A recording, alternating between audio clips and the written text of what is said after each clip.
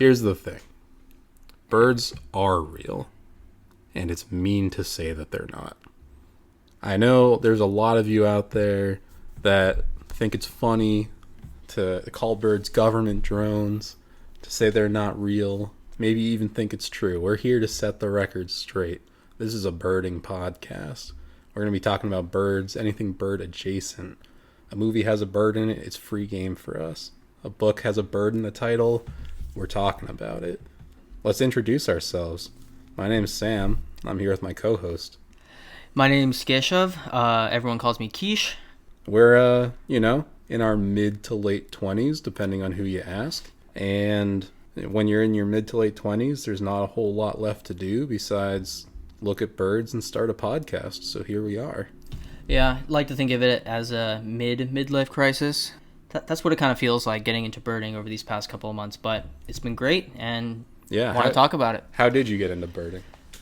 It's funny you asked me that, Sam, because you were part of the reason, you and Richelle, through this board game through this board game called Wingspan, made by Elizabeth Hargrave. If you don't know it, it's a really cool engine building type board game based or using a lot of different birds, and you get to learn about how they look, where they live, about their behavior, stuff like that. So initially got into it for the board game aspect, but kind of really got interested about birds in general after playing it a while. Wingspan is great. Love Wingspan. Definitely honed my love of birds. I've kind of been in the bird scene a little bit longer. The bird scene. There's a scene, believe it or not. There's a scene. My parents had a bird feeder growing up. I'd look at it from time to time. I knew what a cardinal was. I knew what a blue jay was. Then I got to college, and one day I see this guy running around in a full bird costume. Thought it was our mascot, but then realized our college doesn't really have a mascot most of the time. Turns out he was the leader of this bird club called Bird Club, where they would walk out into the woods like 5 a.m. on a Saturday morning, hand out pairs of binoculars, and this guy would tell you all about birds. This guy changed my life. I'm not going to say his name. I don't want to dox him to our, potentially tens of listeners. But yeah, he just really showed how cool birds were. Told me my favorite bird fun fact, which is that bald eagles don't actually make that noise that you think they make in movies. That's actually a red-tailed hawk noise. Bald eagles sound kind of like seagulls. But yeah, and then recent times, I got myself a little camera, and bird photography has really made me fall in love with birds even more. Yeah, speaking of birding in college, I just started a couple of months ago with Sam. We live in Philadelphia. So we have this great national wildlife refuge called John Hines. So it's a great area for a lot of birding. There's probably 100 species there at any given time. But yeah, where we went to college, there's a lot of woods. So I feel like that was a lost opportunity to get a lot of birding in.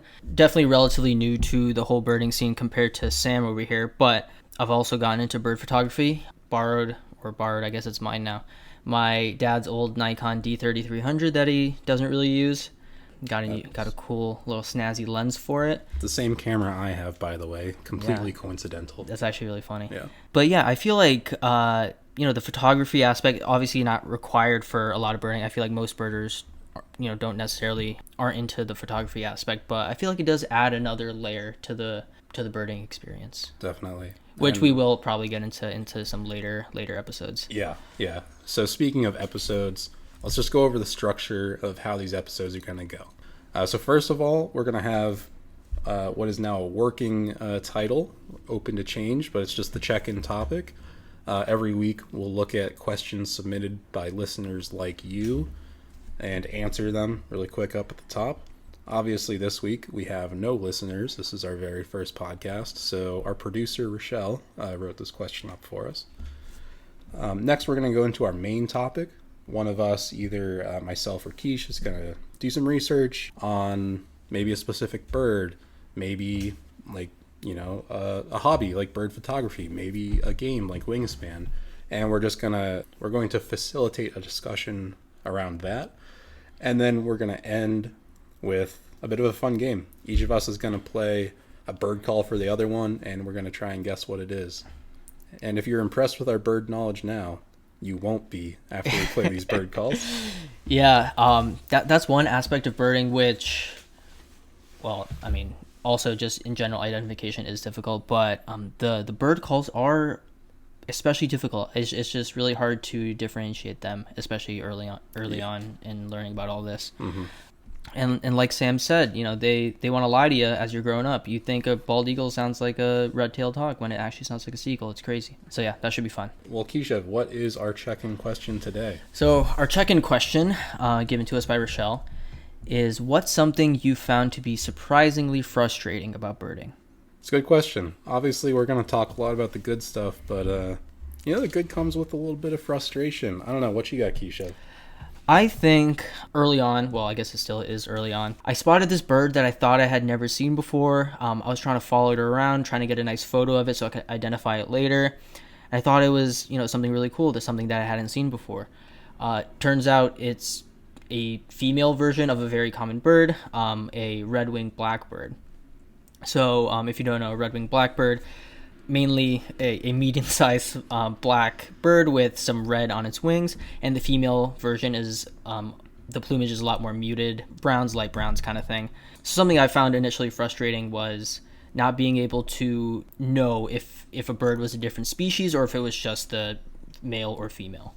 Yeah, that's always really hard. I always err on the side of saying it's a new species because, who's going to prove me wrong? You know what I mean? But, yeah, I mean, you get that for all sorts of birds. Blue jays, actually. Male and female look the same, though. Really? That's interesting. I did not know that. Yeah.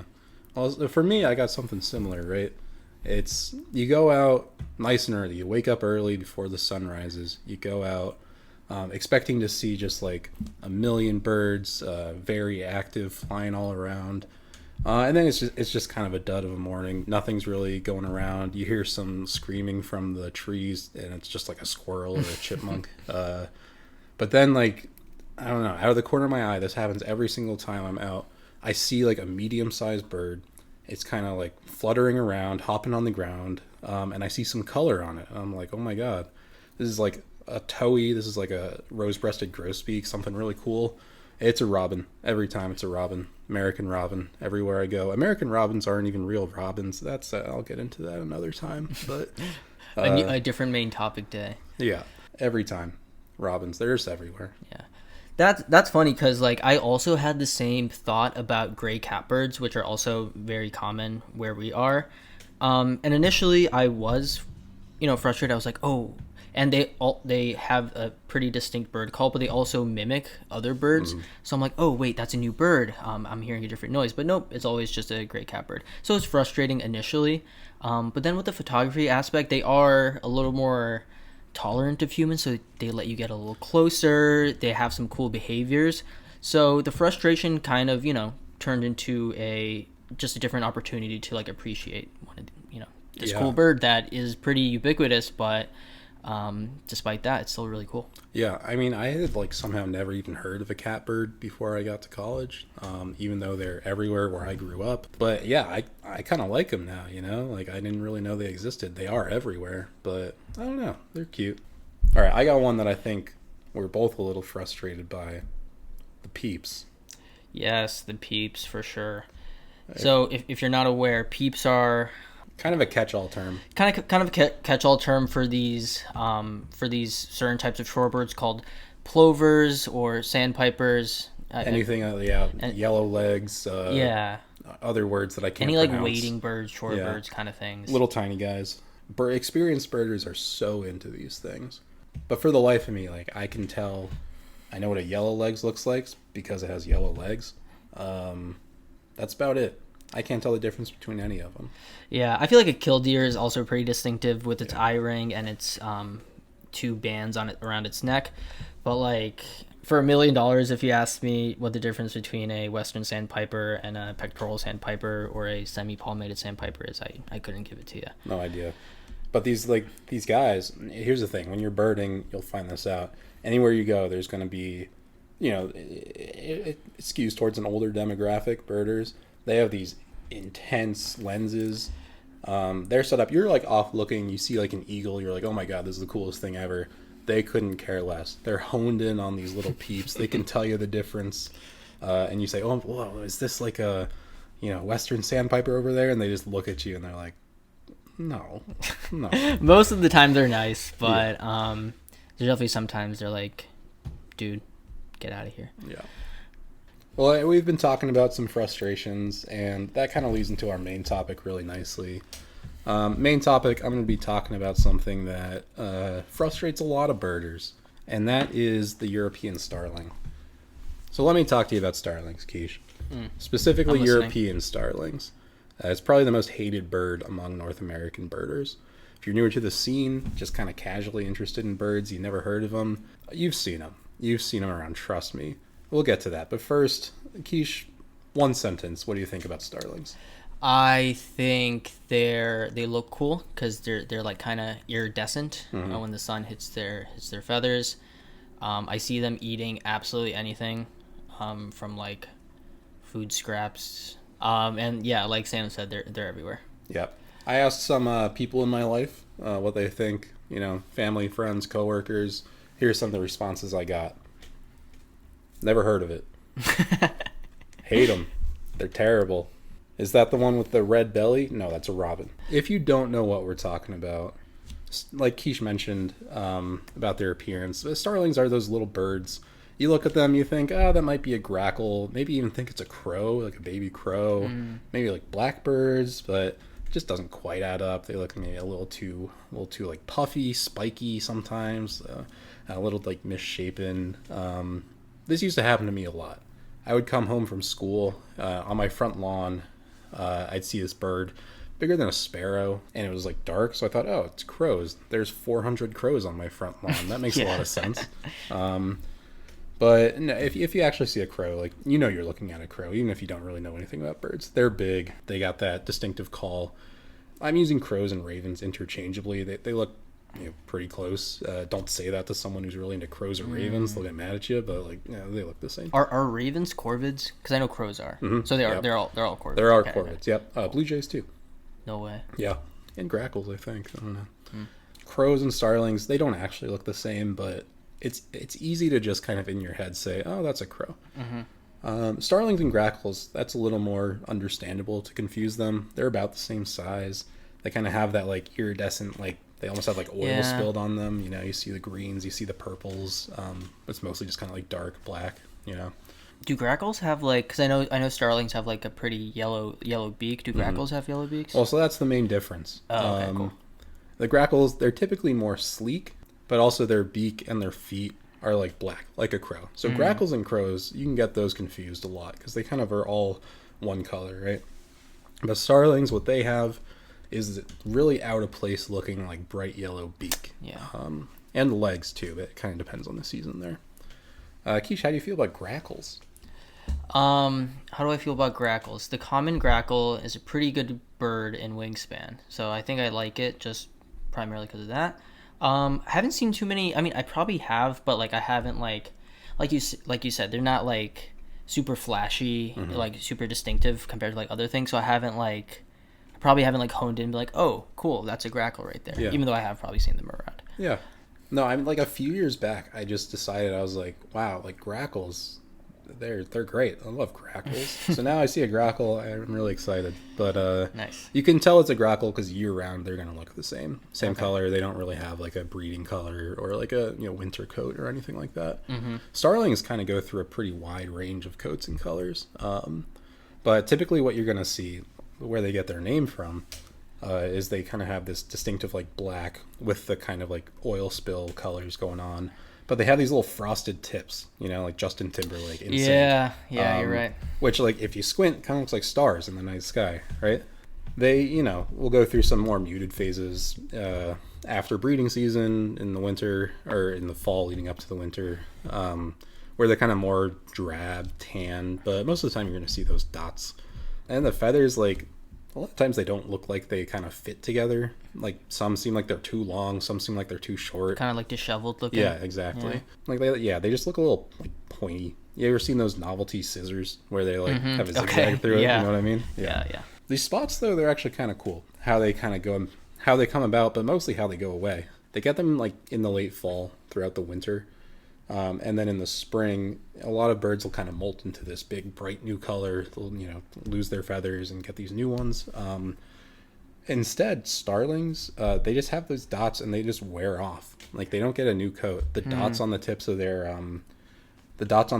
feathers just wear off.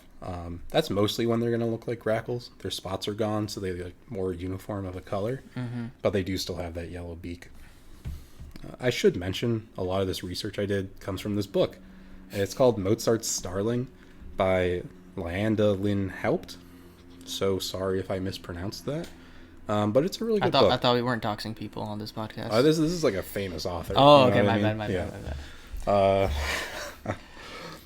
But it's a really good book. It goes into better detail on all this stuff. So like, it's pretty popular. Go to the library, check it out, buy it if you want. It goes into this and a lot more interesting stuff about Mozart, if you can believe that. But if you've ever gone outside and you see, a bunch of birds like waddling around your yard, especially if they're digging up holes with their beaks, it's probably starlings. Have you ever seen like 400 birds suddenly fly from one tree to another right overhead? Also probably starlings. A flock of starlings, by the way, you know what it's called? Let me think. Be cool if they were called like a galaxy or something. It would be cool.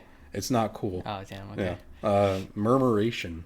Ooh, actually, that is kind of cool. It's not bad. Murmuration. I don't know what it has to do with stars, but it's like almost like a murder of crows. But, yeah. Not as cool as a murder of crows. Yeah. Or a galaxy. So, all right. Why are starlings hated? Generally speaking, they're hated in North America because they're invasive. They're so invasive. They're like super destructive to crops. They're like all up in your business. Everywhere. Very nosy. Oh yeah, invasive. But also in the sense that they, aren't native. Ecologically. Ecologically, okay, yeah. Okay, understood. Yeah. Yeah. So they're like they destroy the crops, they destroy ecosystems, they destroy other birds. They're everywhere, so widespread. Unless you're in like Death Valley in the middle of summer, if there's trees around, even if there's bushes around, you're gonna see like at least 5 of these every time you go outside year round. They're one of only like 2 types of birds I ever see in my neighborhood where I live. The other one's a house sparrow, which is also a really invasive bird. From Europe. Yeah. Are European starlings from Europe? They are. Okay. They are. Okay. I just assumed, given the name, I wasn't sure. Well, okay. This is great. A good transition. Why are they here and not just in Europe? Well, it has to do with this word that I learned earlier in the month. Bardolatry. Oh, I thought you were going to say immigration or something. No. You learned that word earlier this month. I knew that one a couple years ago, But cool. Do you know what bardolatry means? Bard, like singing? Olatry. No. Okay. Yeah, you're pretty close. So what it means, this is the textbook definition, an excessive admiration of William Shakespeare. Oh, okay. I had the wrong spelling of olatry in my head, but that makes sense, yeah. Bard for Shakespeare, olatry for like worshiping. Gotcha. I'm pretty sure it's a real word, and it does apply to our starling situation here. Let me take you back to the late 1800s, New York City. There's this pharmacist named Eugene Schieffelin, who could say? Eugene. He was engaged in a pretty heavy dose of bardolatry, right? He had this book called The Ornithology of Shakespeare, where it was this collection of every single bird reference in all of Shakespeare's work. Like if Romeo had mentioned a mallard in passing to Mercutio, one line, it's in this book. Eugene took it upon himself to decide that every single bird mentioned by Shakespeare in this book should be brought to America because, bardolatry. Shakespeare, bardolatry, if he, thinks it's okay to mention it in one of his, plays, why not bring it to a new ecosystem? It's kind of this whole, like, messed up colonizer mentality thing, too. He thought the New World wasn't elegant enough, so he had to bring back these, like, refined European birds. Of course, this is now, like, the least refined bird we have here, but... Yeah, Shakespeare mentioned a European starling in one single line from Henry IV. You want to read that line for us, Keish? For context, King Henry just refused to pay the ransom to get this guy's brother Mortimer back, so Mortimer's brother says this about the king. Alright, let's see here. He said he would not ransom Mortimer, forbade my tongue to speak of Mortimer. But I will find him when he lies asleep, and in his ear I'll holla, Mortimer. Nay, I'll have a starling shall be taught to speak, nothing but Mortimer, and give it to him, to keep his anger still in motion. Yeah. So Shakespeare just wrote this one line where his character is saying he should use a starling to annoy and torture King Henry. Eugene read this and said, hey, this is the type of elegance America needs, and brought over some starlings. Once they came over, they started thriving right away. They were really good at living in Central Park and in the city and in the suburbs and everywhere. I'm going to quote directly from Mozart's Starling here. Again, that's written by Lyanda Linhaupt. Starlings exhibit every characteristic of a successful animal invader. They are robust, aggressive, omnivorous, and unfussy about nest spots, and they reach sexual maturity at just 9 months.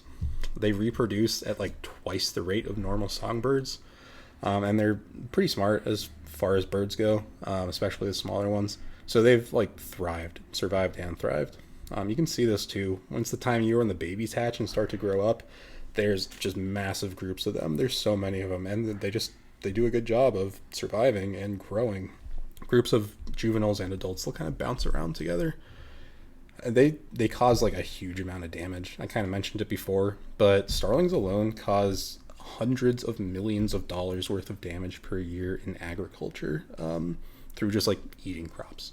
They take nest spaces from other birds, woodpeckers and stuff. They'll just like go into their little tree holes, kick them out. I don't think they're like as aggressive as a brown-headed cowbird, which is kind of the poster child for like stealing nests from other birds. Poster child for being like an asshole bird. Yeah, exactly. Sure. They're also like, they'll destroy the eggs that are already in the nest sometimes. Sometimes they'll raise them as their own. A lot of times they're just going to destroy those eggs. So people really don't like them. Yeah. Something that, since I've gotten into birding, and like, you know, if I see a new bird, I'll, you know, look into it a little bit just to learn a little more about it. I feel like a lot of birds like end up doing that, like for competition reasons. Yeah. Just killing the eggs of other birds. Like I was just learning about marsh wrens the other day. They make like decoy nests to like trick other marsh wrens, and then if they do find the nest of different marsh wrens, they'll just like poke holes in their eggs. So not marsh wrens. I know, they seem so nice and innocent, right? Oh yeah, it's brutal out there. It is really. But here's the thing, starlings don't just kill other birds. Starlings are responsible for the worst bird-related plane crash in United States history, right? So it's 1960. Because they're in like flocks. Yeah, murmurations. Oh, murmurations, true. Galaxies. It's 1960. This plane's taking off from Boston, and it flew through a murmuration of 20,000 starlings, right? One of the engines shut down, the plane crashed, 62 of the 72 passengers died. You know what's really funny? A plane just went by. Well, so no starlings in the sky, though. Yeah, there's actually like, it prompted like air traffic controllers to start paying attention to bird flocks in the area. So nothing like this has ever happened since, but that's some bad PR for our starlings. And this was in 1960, and nothing like this has really ever happened since, but people don't forget, and they don't forgive. And they unfortunately started taking revenge. Next part is pretty grisly, so just be ready for that. Skip ahead like a minute or two if you don't want to hear this stuff. But yeah, we're going to be talking about some bird deaths. You know, it's like illegal to tamper with most bird nests. And you've probably heard this. You see a bird nest and people are like, oh, don't touch that. It's not allowed. Especially for protected species. I was going to say, is it in general or like only for protected species? Obviously you shouldn't if you're listening. Yeah. Don't mess with any bird nests. Don't mess with bird nests. But yeah, for like legally wise, it's for like protected species mostly. Okay. You're not supposed to like touch, move, even get too close to these nests. It can really mess with the birds and their chicks. For starlings though, not only are you legally allowed to touch and move the nest, you're actually like actively encouraged to capture or kill starlings on site. Like that's allowed. People have been coming up with these truly wild ways to decrease the starling population. But the starlings, they're really strong. Nothing's working. But I mean, people have gotten horrible with this. I'm going to quote again from the book, Mozart's Starling. Last quote. This is the last quote. Imaginative but failed efforts have included elaborate traps, explosives, plastic owls, spreading itching powder over foraging areas, irradiating birds with cobalt-60, amplifying starling distress calls, various poisons, toxic chemical sprays, firing pyrotechnics over roosting areas, laying live wire in gathering places to electrocute starlings through their feet, and spraying flocks with a wetting potion that won't dry until the birds freeze to death. Sounds terrible. Yeah, that's like too much for me. I don't know, they're technically bad for the environment. They cause this like agricultural damage, but Yeah, but it's just because of this Bardolatry guy, you know? Yeah. Starlings did nothing wrong. I know they're just trying to live. But this is like some like James Bond villain stuff right here, like flamethrowers. Seems and excessive. freeze rays. Yeah, the cobalt. I don't even. And squash... I'm sure also that's, you know, whatever, these methods are also causing some like undue harm in other ways. Yeah, like if they're it's not like spreading isolating itching powder. Like, Yeah. probably other things are gonna like go into that. Or Firing pyrotechnics, I'm Yeah. sure, is causing some other damage to other maybe things too. the explosives might hurt someone else. I don't know. Yeah. I don't know. Like, couldn't be me. I don't even squash spotted lanternflies. You know what I mean? Yeah. I feel like that's easier for people to do in their mind Yeah. just because they're a bug. But also, yeah, I feel similarly. Yeah. Yeah, I don't know. Do you have any thoughts on this? I know you have a specific perspective on animals. I don't know if you want to I do have a specific perspective on animals. I'm vegan for like ethical, moral reasons for both animals and humans, and also the environment, and that I think that all intertwines together. I feel like we can be doing more as humans to in other avenues as well to mitigate bird deaths, such as like deforestation, for which we do for many reasons, like for livestock to graze, or lumber. I mean, outdoor cats are terrible for bird populations, but of course they're not hated like European starling is. Yeah, I mean, of course people find it easier to put the blame on something else, and especially when there's like a collective, you know, backing for a hate for something like a European starling. It's super easy to do that rather than you know, ever being introspective and looking at like what else we can be doing to be mitigating the destruction or the damages caused. Yeah, so those are my quick thoughts on that. Yeah, I mean, I agree, right? Like, easy to blame a bird, harder to think, you know, oh, I could be doing something differently. If you think about it, the root cause of this is the Eugene, man. Shakespeare's at the root cause of this. Yeah. Actually, he's cause for literature everything. at its whole is at the root cause of this. But yeah, I'm sure people can come up with better ways than pyrotechnics, radioactive elements, you know, spreading chemicals into large area fields to mitigate crop damages and stuff like that. Yeah, absolutely. I mean, there's actually been some like fairly recent studies that show, you know, starlings are unequivocally destructive, but they haven't actually led to a very significant decrease in native birds populations. I can't give you really facts or figures to back that up because I didn't write them down, but I saw it, and I trust that it's true. I don't know. They're certainly invasive. So despite the fact that they, you know, have been shown to outcompete other birds for nesting, they're a little more aggressive. Sounds like they, you know, probably outcompete for resources because they reach maturity earlier. Hasn't had a dramatic impact on native bird populations. Yeah, I mean, that's what this research shows. Interesting. These other birds are just kind of adapting, you know. There's been lots of cool adaptations, kind of dealing, especially with, you know, man and how they've kind of messed with the ecosystems. But, you know, peregrine falcons, like their natural habitat is now on skyscrapers. Like that's just part of like how they've adapted, right? So these birds are pretty good at adapting to this stuff. That's an interesting point because like we don't necessarily, urbanization or just like, you know, human impact in general has caused a lot of behavioral changes in birds, but starlings get a bad rap because they're affecting other birds. But, you know, of course, so are we. Yeah. No one cares about the humans, right? Yeah. But like at this point, they've been here for hundreds of years, 1860, whatever it was. They're just like, they're part of the ecosystem now, you know? There's kind of nothing we can do to change that. Studies have shown that no matter how many freeze rays we have, like starlings are just, they're also adaptive. They're going to survive like the native birds. So I just kind of think people like having this bird boogeyman to like point their fingers at, blame their problems on, like you said, so we don't have to grapple with how like we could make our habitats more conducive to, you know, displaced bird species. You know, it sounds cheesy, but like planting a tree, it makes a huge difference. One tree, it like gives us shade, better air, syrup if it's a maple tree, but also like one tree can house so many birds. Yeah. And yeah, similar to what you said, people love having something to collectively hate upon.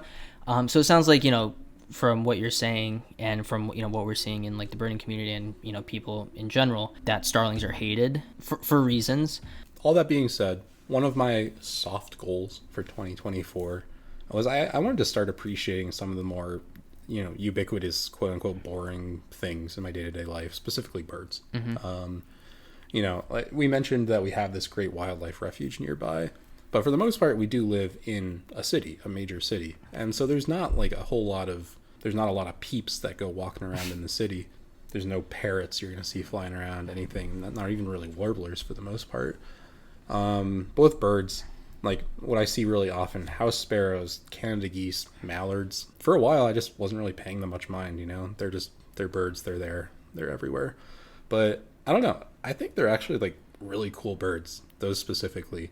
Their patterns, their coloring, like house sparrows have really cool like masks. Canada geese, look at a goose next time you're out and about. They're pretty sick. They're pretty cool. Yeah. And they can hiss at you too, so that's pretty fun. And yeah, I don't know. Like, imagine how sad it is going out for a walk and those birds not being there. You know what I mean? Yeah. And you're right. Like, I don't know. When you're just living your life, you're like, you notice these birds, you see them, but you don't really like pay attention to them. You don't really think about it. But when I was out the other day, I saw a Canada goose. I was like, damn, that thing's huge. Yeah, that thing is massive, and no one's talking about it. That's a unit right there. Yeah. I'm trying to adopt this mindset for starlings too. Outside of the whole invasive species context, which we've covered, they're like very impressive birds. You were talking about catbirds. Starlings have a lot of this same stuff that makes them really impressive. Like I said, they're like smarter for birds of that size, especially. But they're also supremely talented mimics. When we think of like mimic birds, think of parrots. Really? I didn't know they were mimic birds. Mm-hmm. Cool. Yeah.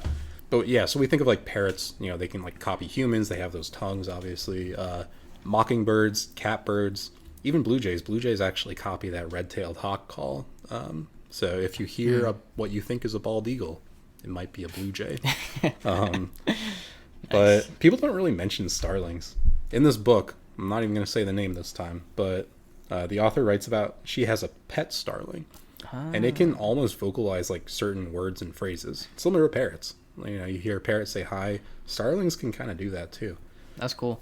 Mozart himself claims that he bought his pet starling because he heard it whistling one of his own pieces in the pet shop. Wow. These aren't things I would have thought about the European starling, because I've basically just kind of been indifferent towards them. Or, when I became a birder, I was like, oh, I better hate starlings because that's the thing to do, right? Mm-hmm. But I don't know. I'm kind of starting to like them. Like I said, every time I go outside, I see only them and house sparrows, and I notice them now, Mm-hmm. I see a bird going around, I'm like, ooh, starling, That was never the case before. But I don't know. Maybe it makes me a fake birder, but I don't hate starlings. I don't think it makes you a fake birder. Who's this birding congress that we have that can decide if you're a real birder or not? The peep watchers, man. The peep watchers. The scopes. Yeah. Anyone who's got one of those big old scopes. So that's what I had on starlings. Next time you're out and about, you see a starling, now you know how to identify them. Try to smile a little bit. Say, hey, there's a starling. When you're driving down the road, you see a cow, you go, hey, a cow. Do the same thing with a starling. Shake hands with your local starling next time you see one. You're legally allowed to. You're legally allowed to touch them, yes. And now as we wrap things up, we're going to do our little bird call quiz to each other.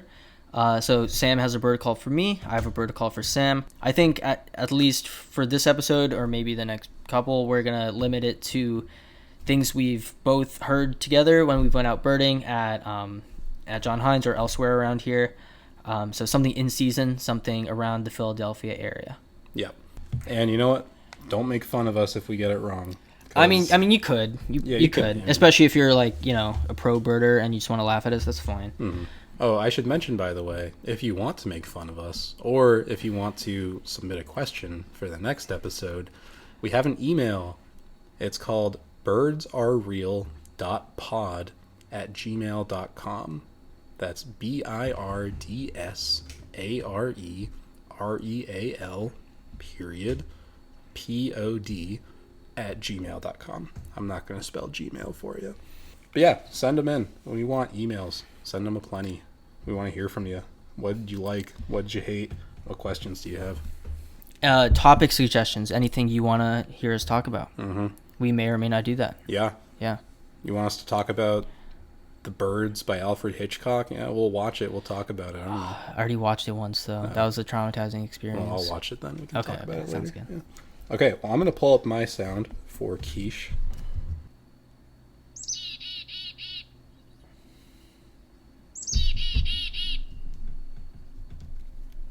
It's okay, mouth. That's not a real bird. Oh, it sounds so familiar. I got one more.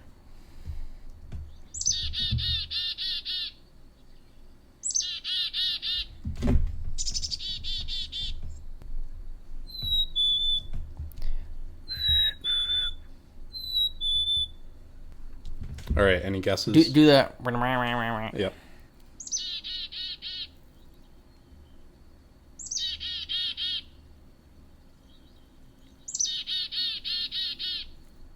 Some people say that call sounds like the name of the bird. I know. See, Okay. it's like, so I'm thinking chickadee, like chickadee dee dee dee, but I don't know if that's why it sounds familiar, because I feel like the call sounds like the name of the bird. Dun dun dun dun dun dun. Dun dun dun dun dun.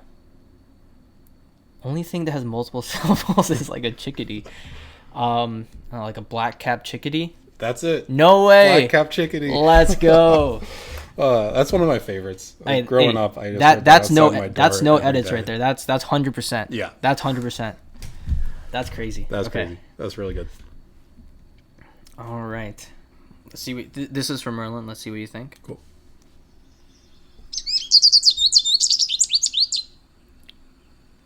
Ooh. I mean, I think maybe I have it. I'll play you a different one. Yeah.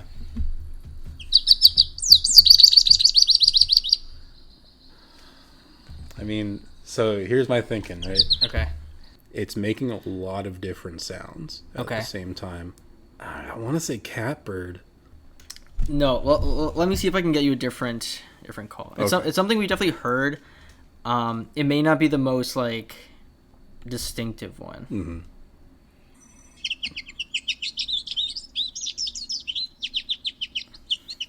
So what are you thinking? All right, so I'm thinking Like the size of the bird. like I've heard this. We walk around John Hines. Yeah, I've yeah. heard this We've definitely song, heard this. right? Yeah. First guess was catbird. That was wrong. Maybe not a bird we've seen too. I mean, we have seen it quite a bit, but it's not as like obvious as the catbird. Okay. Yeah. My mind is now going towards something like a little smaller, maybe a warbler, maybe a flycatcher, maybe a wren. I feel like wrens have a little bit of a sweeter call. I'm gonna say final guess, yellow-bellied flycatcher. Close with the yellow. It was a American goldfinch. American goldfinch. Oh man, I love American goldfinches. Yeah, I mean, if you gave me something, well, I guess a chickadee is like a songbird, Yeah. right? But I feel like that has a more distinctive call. If you gave me some like chirpy, songy warbler or wren or something, I probably would have got it wrong. So, All right. Flame me in the comments, or I mean, I guess this is the podcast. I don't know if there are comments. Flame me in the emails. yeah, send flame emails. Yeah, hate emails. Sam And sucks. send praise emails that I got it right. Yeah. because that's cool. So the only subject lines you're allowed to send are Sam sucks or Quiche rocks. So, Yeah, I'm okay with that. Yeah, that's fine. Okay. Yeah. Cool. So this was our first podcast episode of the Birds Are Real podcast. If you enjoyed, give this podcast 5 stars on whatever podcast listening service you use. Recommend If you it. didn't enjoy, don't rate it. Yeah, if you actively hated this and you're somehow listening to the end, just to, move on with your day. Don't really do anything. That's fine. But if you did enjoy it, recommend it to a friend. Follow up on Instagram. What's our Instagram? As of now, this is we're recording this in the past, a little behind the scenes for you. Oh. We haven't made it yet, but it's probably going to be something like Birds Are Real Pod. Cool. So, Just search birds are real. It should probably come up. Yeah, and so that's all we have for now. We'll probably, once we hit it big, we'll have a website. We'll have, I don't know, what else is there? Merch. We'll have merch. Live shows. We'll be selling out concerts. We'll have a startup somehow. Now, Sam and I will both do our own bird calls to end it. What the hell? That's so good. I'm not even going to try. All right, see ya.